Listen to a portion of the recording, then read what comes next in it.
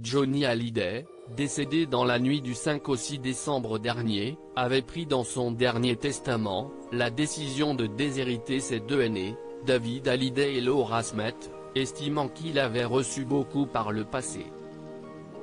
Sylvie Vartan, ex-femme du rocker et mère de David Hallyday, est, selon Le Point, en kiosque ce 22 février, dépassée par la décision du taulier.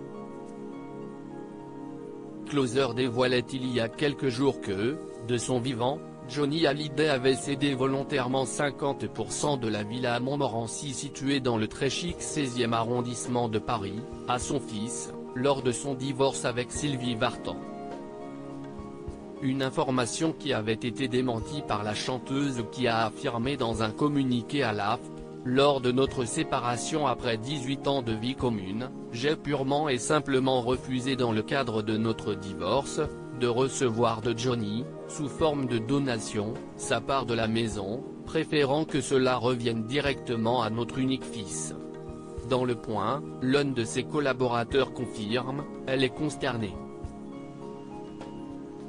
Après leur séparation, Sylvie, pour des raisons qui lui appartiennent, ne voulait aucun bien de Johnny.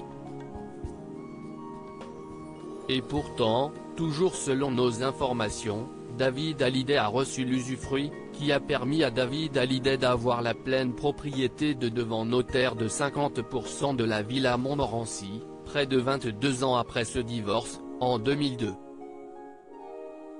Elle a du mal à reconnaître l'homme avec qui elle a été pendant 12 ans. Cette donation du rocker, à son fils, en 2002, est l'une des raisons pour lesquelles David Hallyday a été rayé du testament de son père. Une décision que Sylvie Vartan peine à comprendre, toujours selon son collaborateur, qui explique, Sylvie est sonnée par tout ce qui arrive, de voir que sa maison se retrouve au cœur de ce débat sordide. Mais elle ne dira pas de mal de Johnny bien qu'elle ait du mal à reconnaître l'homme avec qui elle a été pendant 12 ans.